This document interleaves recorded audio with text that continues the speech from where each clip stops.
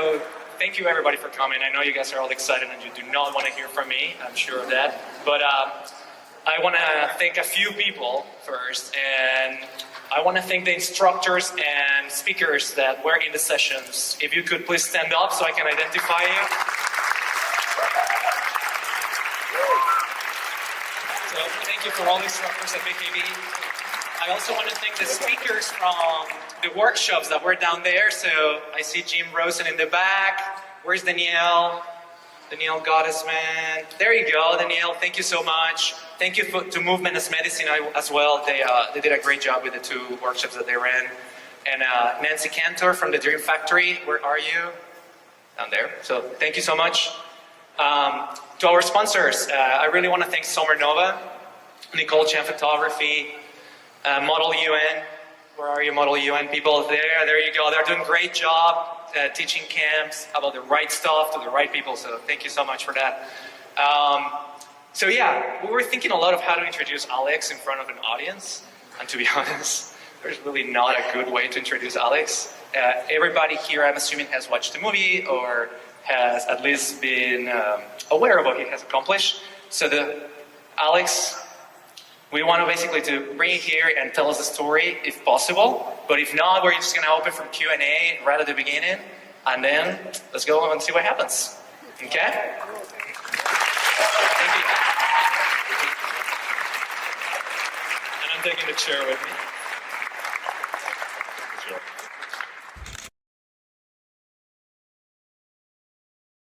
Okay. Hello, everybody. As Jordy said, this is total free form. It's just story time. It's funny, I've been given a bunch of presentations, but normally I have visuals, and I just click through photos, and I'm like, oh, here's the whole experience. This is what it was like.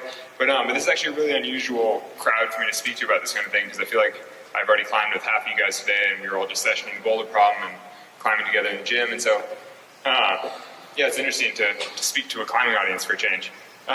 So out of my curiosity, how many of you guys have seen the film and know the whole deal? Oh yeah, okay. So what you guys are saying, I should just go home. Yeah, you already know the whole story. So I don't know, I guess, how many of you guys were at the Entrepreneur's Lunch this afternoon? I chatted a bit with some of you guys there. I think maybe I'll tell a quick little story, kind of along the lines of what I was talking about at lunch, sort of the preamble to the film. Because I think, it's an incredible film, obviously won an Academy Award. It's like they did a great job sort of documenting the 2 years of effort that I put into free soloing El Cap. But what the film doesn't show are the 17 years or so of climbing that I had ahead of time that got me to the point where I could look at El Cap and think that it was worth putting in the 2 years of effort to free solo it. Because I feel like that's, in a lot of ways, the bigger story, is being able to look up at a wall like that and think, you know what, maybe I could climb that without a rope. And so maybe I'll chat about that a little bit and then just open it up to questions from you guys if that's all right. Unless this guy has a question already, let's hear it. Yeah, you're all fired up. Heck yeah. It's all about boldness, Yeah. Could you free solo the tug?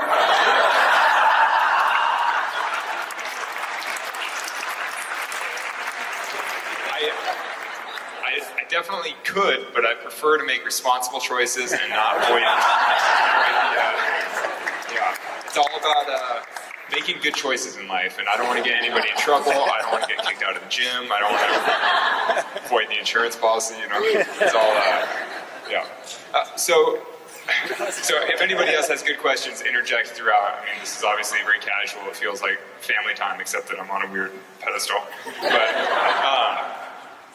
But so what I was talking about at lunchtime with some of the folks is just the journey that I went through to get to the point where I could look at El Cap and think that it was even a remotely good idea to consider free soloing it.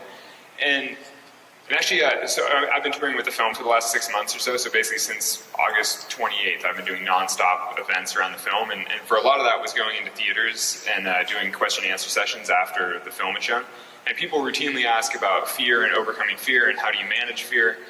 And I think that in a lot of ways, the many years of effort that I put in before climbing El Cap was a lot of that process of managing fear. Because in 2009 or so, when it first occurred to me that maybe I should free solo El Cap, I would look at the wall and I think that is horrifying. It would fill me with deep, deep fear. And for many years after that, every season I would drive in Yosemite thinking, this is the year I'm going to free solo El Cap. And I'd look at it and be like, this is definitely not the year that I'm free soloing El Cap. You know, all it would take is one look at the wall to feel deep fear, like, oh my gosh, I would definitely die up there. And then not even think about it again for the rest of the season. And so, you know, I mean, there are kind of a couple ways that you can manage fear. I mean, one way is to get all psyched up and just go and do the thing that you're afraid of. And I think that works for, you know, jumping into a cold pool, or maybe even jumping off something on skis, you know, like some small feats of you know, overcoming. Or even public speaking. I think you can kind of like get amped up and go up on stage, and then once you're standing here, even if you start to get horrified, you're like, it's too late, you're here, it's happening.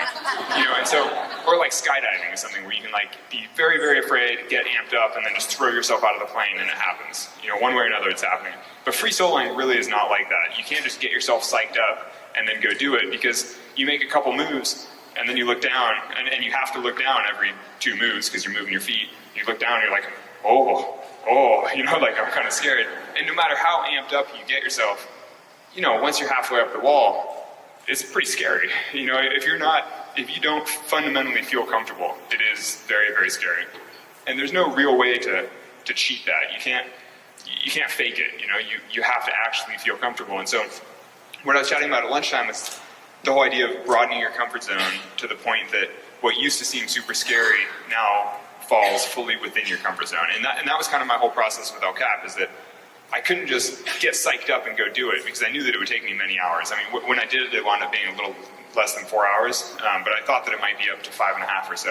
And spending that much time on the wall, I mean, it's a long time to feel fearless. You know, I mean, you can't just get amped up, and, you know, hucking off a little cliff with skis is something where you only need courage for a moment.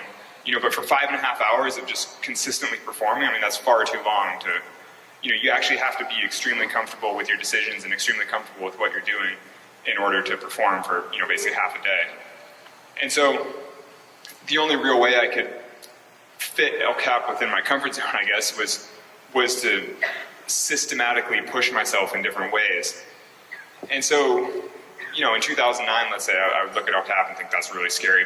But in 2008, the year before, I had free soloed Half Dome, which is a 2,000-foot wall in Yosemite. And so, you know, that scale was somewhat reasonable to me. You know, I was like, oh, I can imagine free soloing a big wall, but just not one quite as big and quite as sheer and quite as difficult as El Cap.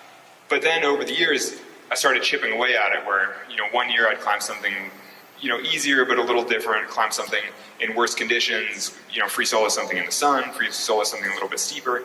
And I felt like each time, you know, it's kind of like your big bubble of a comfort zone. You're kind of pushing it in tiny little directions. You know, as long as each experience was a little bit harder or a little bit different, it was consistently pushing me. And that even extended beyond free soloing into things like alpinism. Like I've had 3 seasons in Patagonia in southern Argentina, climbing big, big mountains.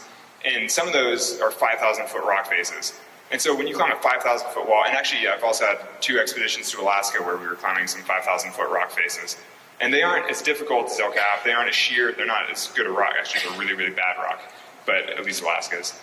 But the thing is that it does change your perspective on what big means. You know, after you climb a 5,000-foot wall, it takes, you know, say 28 hours of climbing continuously to get to the top, and then another 15 hours to hike down through the snow, and it's like this whole epic experience. You know, once you have something like that, you look up at El Cap and you're like, yeah, it's a pretty big wall, but at least it's not 5,000 feet, you know? And, you know, it sounds silly, but over the years, I was gradually broadening my comfort zone like that until, you know, by 2015, I suppose, I showed up in Yosemite and I looked at El Cap, and it actually, you know, I was like, oh, it's big, but it looks kind of low angle. I mean, for those that haven't seen El Cap in real life, you know, it looks really, really sheer, but the reality is it's probably 88 degrees, you know, it's not quite vertical, and the bottom 1,000 feet, well, I mean, okay, but looking around this gym, pretty much every single wall is overhanged, I think. So, you know, in general, when you climb indoors, everything is overhung. So as soon as you tip it back, you know, several degrees, it does feel a lot easier, particularly if you're good on your feet and you can get your weight over your feet. I mean, that's kind of what we were just practicing on the boulder problem upstairs. Sorry, I digress. But so, I finally got to the point where I could look at El Cap, and the bottom 1,000 feet are actually low angle, the first 1,000 feet. And you see in the film when I'm working on the free blast slabs, it was scary for me because it's so low angle. But that's not physically that hard because it's, you know, it's like this steep. And then the top is, almost vertical, but the point being that I would look at the wall and think, that's possible. Like, it's not that big. It's not the biggest thing I've climbed. It's not the hardest thing I've climbed. It's not that crazy. And so finally I got to the point where I looked at it and it's like, I may as well try, and so the film picks up at the point where I could look up at El Cap and think, it might be possible to free solo this. Let's put in the time and the effort and find out. And at that point, I'd been thinking about it for, I've been sort of dreaming about it in the back of my mind as this like ultimate dream for 6 years, and always lacked the courage to try. And so I finally realized that, I wasn't getting any younger. I wasn't really getting that much better at climbing. I mean, I'd been improving at climbing over the years, but I kept thinking that one day I would wake up and El Cap would look easy. I'd suddenly be so strong that I'd be like, you know what, I can do that, no problem. And after 6 years, I realized that it was never going to be no problem. I was just going to have to put the work in and see if I could make it feel comfortable. There's never going to be a day when I walked into Yosemite and just thought, that's going to be a casual day of climbing. I was like, it's just not casual like that. It's just always going to be really hard. And so I finally accepted that I would put in tons of work and then just see if it was possible. I think I'd always been a little bit reluctant because, it's really a big commitment of time and effort and just personal energy to put that much work into something if you don't even know if you can ever do it. Like with sport routes, you kind of know that if you try it long enough, you can eventually do it. But with free soloing El Cap, it's like, I don't know, it might always be too scary. Maybe I'll memorize all the moves, do it all perfectly, and still just never feel like I can do it. But I was like, you know what, I need to put myself out there and find out. And that was part of the appeal of making the film, was it sort of held me accountable to some extent. I mean, I'd wanted to free solo El Cap forever. I'd wanted to put the work in, but I just never had quite started or actually done it. In the same way that when people sign up for a marathon, they tell their friends, and they're like, okay, I'm doing this marathon. Now it's like, now I better frickin' train, because I told all my friends. And, I mean, the thing with free soloing is that you don't want to tell all your friends, because you don't want pressure to do it. But at the same time, with the film crew, I knew that at least there was sort of helpful pressure. Like, they weren't pressuring me to do it in any way, but at least I had some friends to work with it on, and some people that I could talk to about it. And, because the other thing about El Cap is that the logistics of working on a wall like that are extremely complicated. It takes, a whole day to hike to the top, a whole day to rappel down, and actually it takes 2 hours to hike to the top, but it's like a lot of effort to hike up and rappel down and work on the wall all day. And I knew that I couldn't just devote months of my seasons in Yosemite to just working on this one project without anybody knowing. I kind of needed like a cover story to some extent. So having the film crew involved, having a bit of a story like, oh, we're just shooting this thing for the Park Service, we're just up here on the wall just shooting this thing. It's like, oh, it's a National Geographic thing, we're just up here documenting. But it was kind of enough that it worked, and it was better than me just being up there by myself practicing these moves over and over and over. Anyway, all that to say that the film crew, I felt like I was sort of harnessing the film crew to further my own end, which was to actually be able to free solo El Cap. And, over the last 7 months, I've gotten tons of questions about the pressure of it, or, were they, did it make the process harder? Like, were they, was it a problem for me? And, obviously there is some pressure involved with the whole film crew following you all the time, particularly in day-to-day life and with my relationship with my girlfriend and things. It's like, it's a little weird having cameras around. But overall, it was my choice to work on the film, and I chose to do it because I thought that it would help me achieve my goal of free soloing El Cap, which, it ultimately did. It was like great success. Anyway, I guess the point to that whole story, I so rarely just ramble freeform like this. I'm like, I guess to bring it back together is that, I spent, 6 years looking at El Cap thinking it was too scary. And the only way to make it less scary was to go out and do all kinds of other climbs, push myself in all kinds of different ways until my comfort zone was broad enough and wide enough that El Cap sort of fell within it. I couldn't just, get amped up and go free solo El Cap. I had to gradually over time get to the point where I felt comfortable, where El Cap felt normal to me. And that's where the film really picks up. But with that, let's do some questions, yeah. So you talked about Wait, I think they want the microphone. Yeah, come on up. I can just She'll go first. Can I just yell? So you talked about acclimatizing yourself to the fear, but there's another type of fear, which is the moment where you're on the wall and there's probably this growing sense of panic. How do you deal with that kind of thing, or do you? Yeah, so there can be creeping, so even with enough preparation and practice, there is always the possibility that you start free soloing a route and you get creeping dread, or fear sort of seeping in. And I've certainly had that happen on many climbs throughout my life. And I mean, typically there's nothing really that you can do besides taking a deep breath, composing yourself, and just performing the way you have to.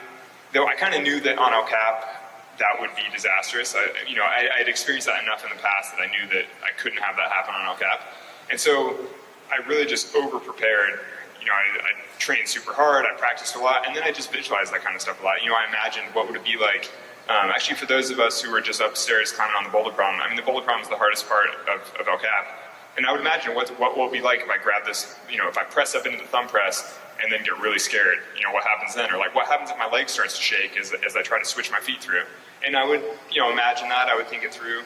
And, not that I would come up with the best answers necessarily, but having thought through every eventuality, every potential thing, I mean, it just means that while I was up there climbing, I felt like I had dealt with it all before.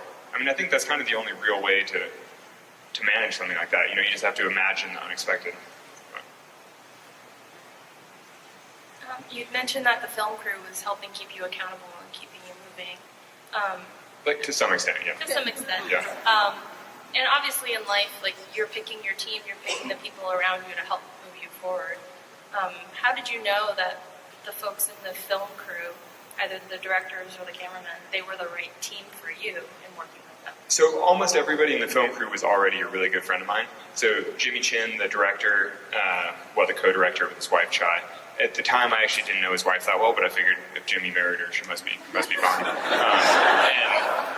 But Jimmy and I had traveled extensively together. We lived together on a boat for 3 weeks. We lived together on jeeps in the Sahara for 3 weeks. Like, we've been all over the world on all these crazy trips. And so, I knew what it was like to work with Jimmy. And also, Jimmy and I worked together in a commercial capacity many times, like shooting a TV commercial, shooting, clothing ads and things like that. So we'd worked together a lot, we'd lived together a lot, and I knew that he was fine. And then he sort of assembled his own team of high-angle cinematographers, like people that can shoot videos on a cliff. And, unsurprisingly, there are only 6 or 7 people that do that at an elite level in the world. And, I've worked with all of them over the years. So, the team that he assembled were all really good friends of mine, many of whom I'd spent months living with. So, they were the people that I would like to spend my time with anyway. And then even more so with the riggers and the monkey, basically people who were doing more of the toiling, like carrying loads up to the top of ropes and things like that. I mean, those are, many of them were my homeless friends. I was like, oh, my buddy James is living in a car and he needs work. It's like, pay him $100 to carry a rope to the top of El Cap. I was like, oh, it's a nice way to share the love in the community in Yosemite. Hi, Alex. When you got to the top of El Cap, you were on the phone with Sonny, and you said you felt like you could cry, but you weren't crying. So I was just wondering when the last time... No. I'm like, I'm crying. I was bawling. When was the last time you cried? We're family. We won't tell anyone. Yeah, we were climbing together earlier. We're tight. No, honestly, I don't totally remember. It's been a really long time. I don't know. Thank you. Yeah, like maybe 5 or 6 years or something. I don't know. And also, I'm getting married this summer to my climbing partner. We wanted to invite you to our wedding. It's June 29th. Please come. You said this summer? It's this summer. We're doing paperless post invites, so if you give me your personal email, I'll shoot you. Can you come? I'll pencil it and we'll see it tentative. And also, then we're climbing Yosemite later together. We're inviting you to that. In the summer. This summer. I know it's going to be hot. It's going to be hot as balls. Go to Tuolumne. It's too hot in Yosemite. Don't go to Yosemite. Don't go to Yosemite. Oh, okay. Yeah, go to Tuolumne. Okay, thank you. Thank you It's so the much. high country. It's I look forward to seeing you at my wedding. Yeah. It's my favorite kind of question. So I'm a tennis player and a tennis coach. And one of the things that I do after I play a match or one of my students plays a match is first we have the reaction. Like if you've lost, you go through the emotion of losing, or You cry. Yeah. Right. And if you win, you celebrate. And in the film, like we got to see you celebrating, and I think the word you used was delighted. You were just delighted. And then after a tennis match, we analyze it. So we say, what happened? Where did this go well or go badly? And in the film, I got so much of a sense of the prep, of the different moves that you were planning. And then when the film was over, I was like, I wanted like the post-match analysis.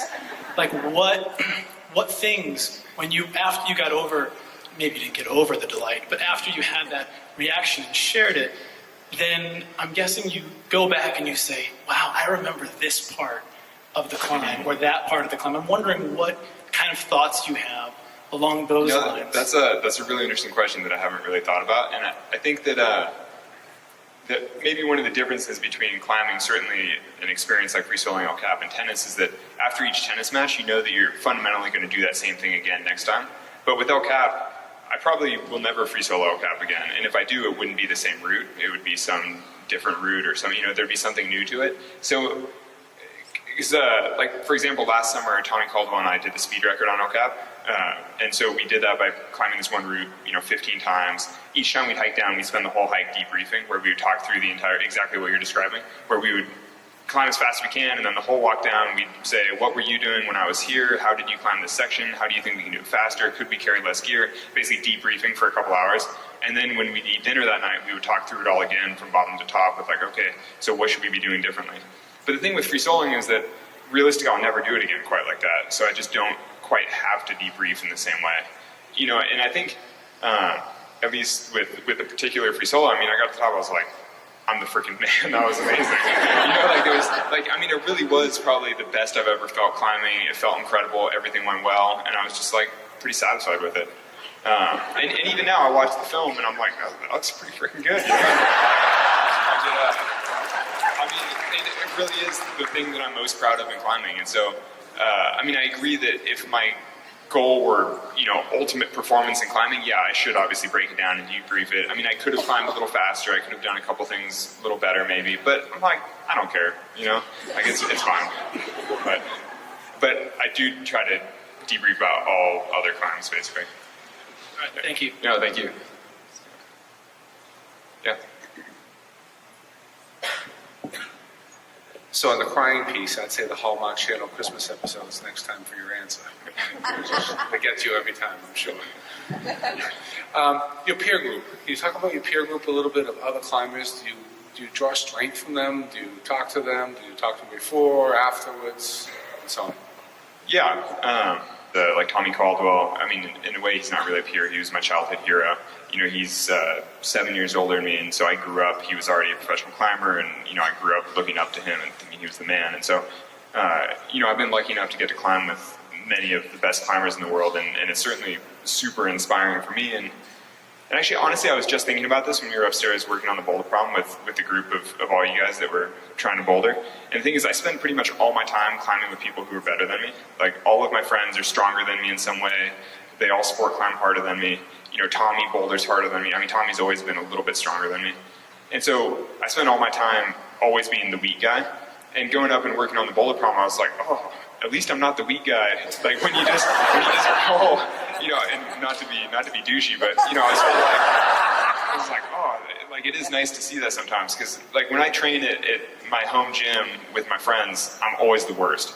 And so, I was like, oh, it's nice that when you just grab a random sampling of climbers in the gym, at least I'm not the worst, I was like, that's satisfying. But I think that's the really important thing about climbing with people who are better than you, that sort of push you in the right way and remind you that there's always room for improvement. Hey, sorry to interrupt the proceedings and these really interesting answers to these questions. I just want to make a quick announcement because we got a call from our property manager, and I want to let you know if you are parked in a fire lane or outside a designated parking spot anywhere on Somerville Avenue, your car is going to be towed. So take a second to think about where you parked, and if you're unsure about whether or not you were supposed to park there, you might want to run and check on your car. I'm done. I was expecting half you guys to get up and run. Oh no. Yeah. Especially in Somerville.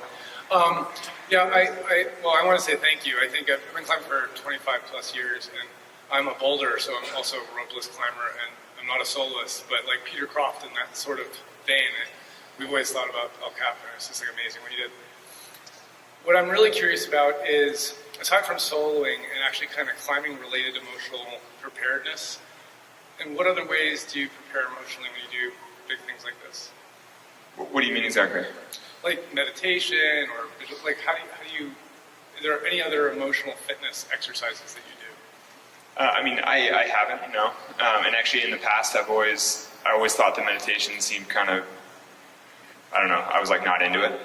Though actually, with the film tour, I kind of started doing a little daily meditation thing a couple months ago, and I've been kind of into it, and I can definitely see the value of that. Though I think that in the past, for 12 years, I just lived in a van and went climbing every day, and I felt like I didn't really need meditation because you get a lot of that by just climbing walls day in and day out. And certainly free soloing on easy terrain is quite meditative. It's kind of like going for a nice jog where it puts you into the right mental state and you feel very, centered in the right way. I think that, as I was doing like a movie tour when my life was in total disarray at all times, it was quite useful to have something like that to sort of bring it back together for me. If I don't have climbing at the core of every day, then it was very useful to have something else.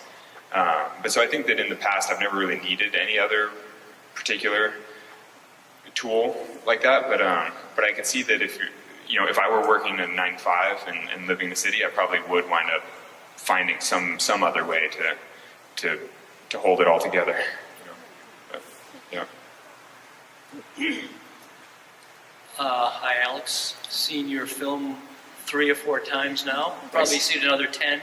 I think most people would be surprised to hear that you're not the best at any climbing gym that you're in. But as far as training goes, just off-the-wall questions, do you do any weight training, or is it all free?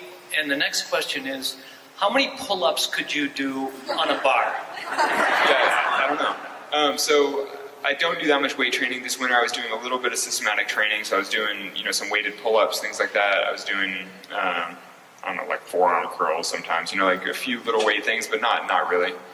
Mostly body weight exercises like push-ups and leg lifts and things like that. I don't know how many pull-ups I can do. I've actually been mostly training sets of 3, but with a bunch of weight. So. Do you think you could pop off 100? No, I could, like 20 or 25. Yeah, but the thing is that doing a lot of pull-ups doesn't make you a great climber. At a certain point, doing a lot of pull-ups just gives you elbow problems. It gives you tendonitis. And so when I was a kid, when I was in high school, I was doing 150 pull-ups before bed every night in sets of, up to 35 or so. And so, I was like, this is going to make me great. And it did get me to doing one-arm pull-ups, but it didn't improve my climbing because all it helps is just like pulling. It's like, that only gets you so far. At a certain point, you have to be precise about your footwork and how you hold on and your fingers and, Thank Chris. Hey, Alex. So my question is about the feeling of actually completing this lifetime achievement, and I'm just wondering if you are feeling just so perfectly content now that you accomplished this thing that you've been doing, working towards for so long, or if you're already looking towards that next thing that you want to accomplish, whether in climbing or just in life. Yeah, there's an easy answer, and everybody every day asks, "What's next?" And honestly, I don't totally know. I don't think that there are any particular goals like El Cap in climbing that will ever mean quite as much to me, just because El Cap really hits this sweet spot of, it's almost like a mythic wall, particularly growing up in California, and the historical significance of El Cap and just, the personal significance. When I climbed El Cap for the first time, it was this huge milestone in my climbing. I was like, oh my God, I climbed El Cap in a day. It was a big deal for me. And so, there will never be any other climbing objective for me that means quite as much, I don't think. That said, I still want to improve as a climber. I still want to challenge myself as a climber. Like doing the speed record on El Cap with Tommy last year was a perfect example of something different in climbing that's still very meaningful for me. I've been continuing to do work through my foundation, which is also, very meaningful for me and hopefully more useful in the grand scheme of things than going climbing every day. For those that don't know, I have a foundation that supports solar projects around the world. So I've been, that's been a bit of a side project of mine for the last 5 years, but moving forward, it's been taking up more and more of my time. It's like more of my energy. But I don't know. We'll just see. Like, yeah, everyone's, what's next? I'm like, you just gotta see what you get inspired by. I know that's a really underwhelming answer, but it's just, I just don't know. Hey, Alex. I remember you mentioning that you were trying to broaden your experience climbing in different types of terrain all over the world. One of the more extreme examples, I guess, recently was your trip to Antarctica. So I wanted to hear about your preparation for that, which was obviously super different from the big project. Yes. What it was like once you're actually there. Yeah, so to be honest, my training for Antarctica consisted of giving up all other training and eating tons of cookies. So I was like, well, I gotta put on some weight, I gotta thicken up a little bit. And it was, and that wasn't the best way to train for Antarctica. In retrospect, I should have just kept climbing like normal and just not worried about it. But I came home. When I came home, my girlfriend was like, "You look husky." And I was like, "What? Like, what do you mean husky?" I was like, "Oh man." But because I basically just ate as much as I could for the 6 weeks ahead of the trip, and then on the trip, which was also 6 weeks, I pretty much ate as much as I could the whole time. And I comfort ate an entire tub of family-sized Nutella after one of the climbs we did. And I was like, "Oh, that's a lot of calories." So anyway, I came home looking husky, and I was like, "That's not the best way to train." But it took me like a month and a half to feel like a real climber again. Yeah, actually, that's my biggest takeaway from Antarctica. I was like, don't go to Antarctica. It's cold, it's grim. No, to be honest, it was a pretty full-on trip. I don't know if you guys have seen the Real Rock from this year, where, it's a 20-minute film about us climbing all these different peaks, and it's fun, and Cedar Wright, who made the film, always loves, like, fun, zany style. But honestly, I found the trip actually, I don't want to say traumatizing, but really pretty full-on. The climbs we were doing every day, there are just so many variables. There are just so many. I felt like we were rolling the dice day in and day out all day, because we would climb all these new routes and then you're rappelling down from them. And so we're setting all kinds of anchors. The rock is terrible. So you really have to, you're just improvising everything. Nobody's ever done any of this stuff before, so you're just figuring it all out as you go. And there's just so many decisions every day, like, should we repel this aspect or should we try to repel the other aspect? But if we start repelling this one, will the sun move around and will we freeze on the repels? You're like constantly deciding things, and you just get so fatigued from making very high impact decisions. I was just like, I'm just not really an alpinist. I want to rock climb on my shorts. I want to just pull on nice rock and be relaxed. Yeah. Here, let's bring the question line closer, so then there's less lag. All you guys, let's move up like a train. Yeah. Hey. So this is more. Oh my God, there's a very serious train. All right, let's go fast, dude. All right, so it's probably a better question for like the filmmakers, and I know you were one of them, but being deployed. I was deployed on a film tour. I was like, I'm willing to commit 6 months of my life to this project, knowing that it's a once-in-a-lifetime experience. It's a unique thing that when I'm old, I'll look back on and it's like, oh, that crazy time I did a film tour. And honestly, it's given me a lot of empathy for film stars, because I'm like, man, being an actor must be such a grind.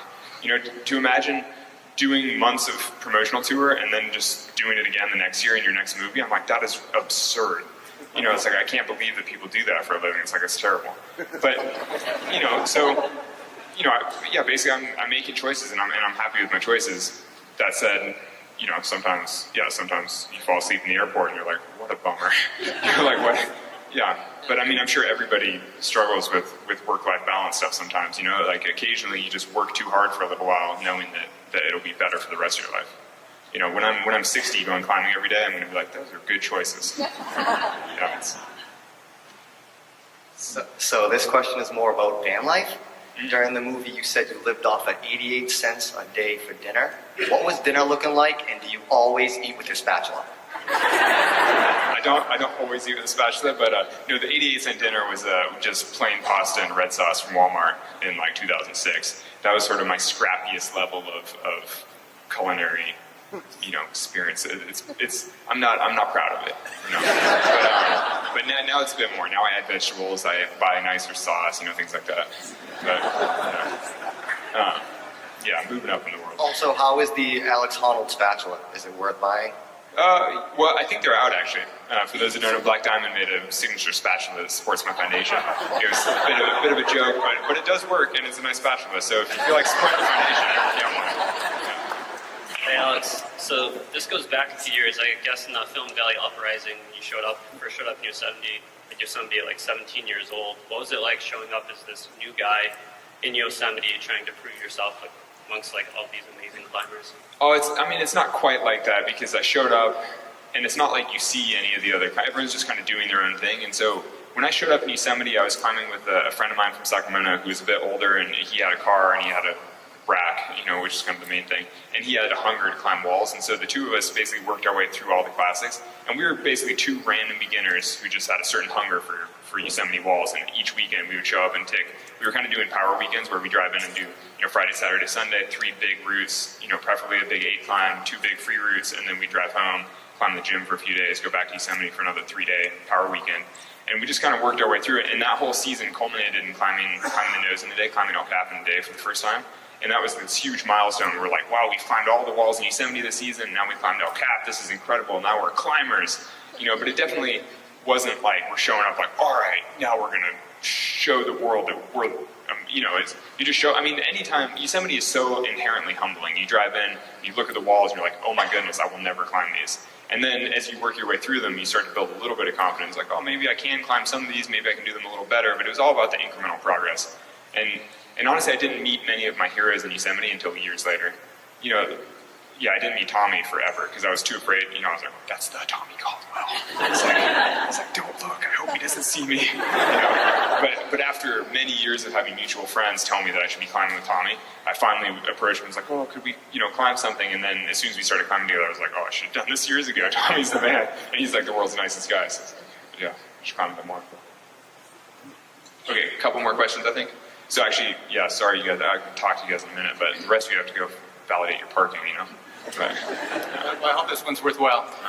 When I first heard of you in 2009, I was really impressed about how you sort of just seemed to do things that you wanted to do. And you've been talking about that to this group, about these choices you've been making.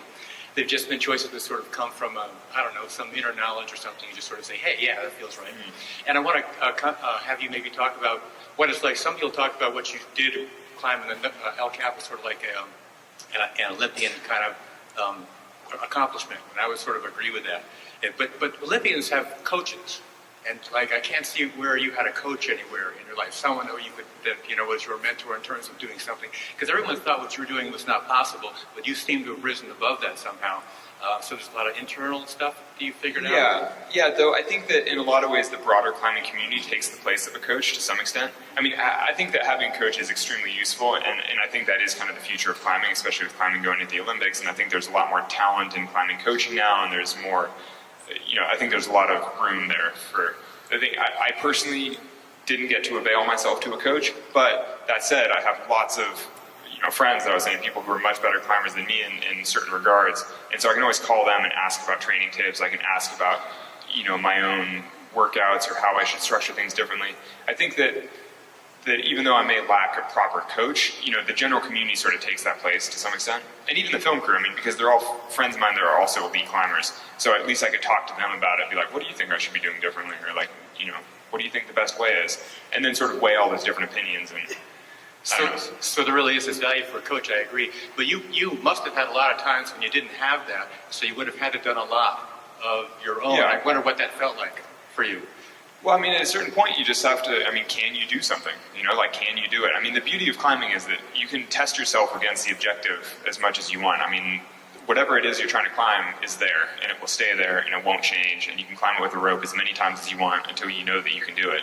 And so, typically, outside opinions about free soloing are just that you shouldn't do it. That's a bad idea. You shouldn't go free solo. And I'm like, that's fine. That's definitely everybody else's role to encourage me to be safe. I totally appreciate that. I don't mind people telling me to stay safe.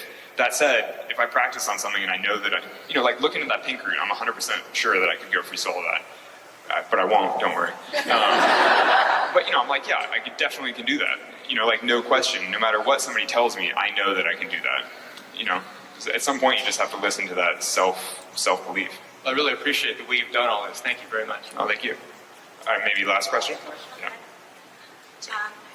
Hi, Alex. My question's a little bit similar. I was just thinking, from my line of work, and I'm sure a lot of people in this audience, we have office jobs, and to become better at what we do, usually our managers give us development plans, or we're reading books, or doing trainings, and I think just curious for climbing and for climbing El Cap, what kind of preparation, What's my development plan? Yeah, what was your development plan? And where did you get the guidance? Because no one's done that before. No, honestly, as soon as you said that, I was like, oh, I kind of wish I had a development plan. I would love to have somebody tell me, here are the things that you can do to improve. But instead, I'm sort of blindly casting my line out all the time, hoping that I catch something. I read all the different books about training. I talk to my friends about it. I'm constantly trying new things and experimenting and seeing what works. But yeah, I think it would be a lot easier for me if I had somebody who could just tell me, here's how you train for El Cap. But actually, if you want the long form answer, training for the free solo was kind of interesting because some people have trained for free climbing El Cap, but to free climb El Cap, you basically just have to climb the 3,000-foot wall once. But to free solo El Cap, you're going to have to climb the wall, say, 15 times over the course of the season to memorize all the moves and to practice it. And so really you're sort of training for like the ultra marathon of climbing. You're not training to climb El Cap, you're training to climb El Cap day in and day out all season long.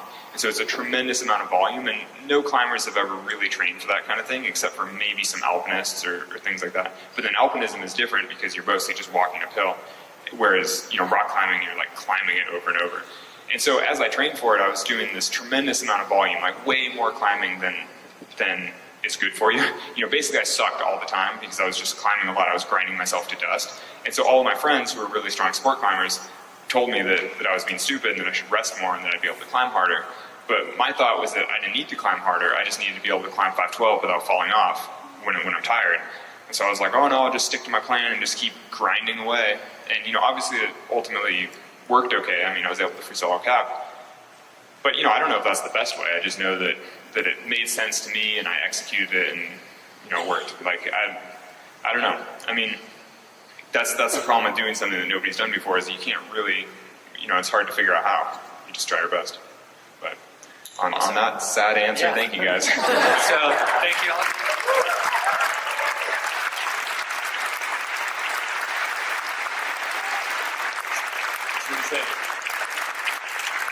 So just a couple of things. I wanted to acknowledge the entire Brooklyn Borders staff and the entire Lexington Well Management staff for an awesome event.